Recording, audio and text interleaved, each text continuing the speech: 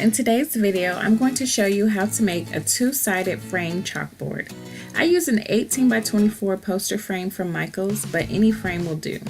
I also used a can of Rust-Oleum chalkboard spray paint. Once you take the glass and the backing off the frame, give each piece 2 to 3 coats of paint.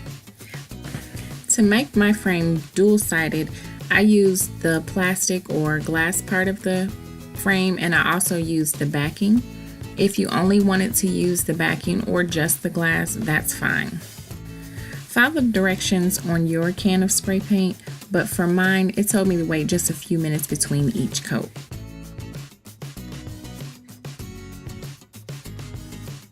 Let the paint dry for 24 hours and you'll have a beautiful frame chalkboard. These frame chalkboards can cost $30 and up, but you can easily do it yourself for $15 or less. My frame in particular was originally $40 and I got it on sale for $12 at Michaels. This is a really simple project that I think turned out beautifully. If you liked this video, please give it a thumbs up, subscribe to my channel for more creativity, and click the bell so you don't miss out on anything.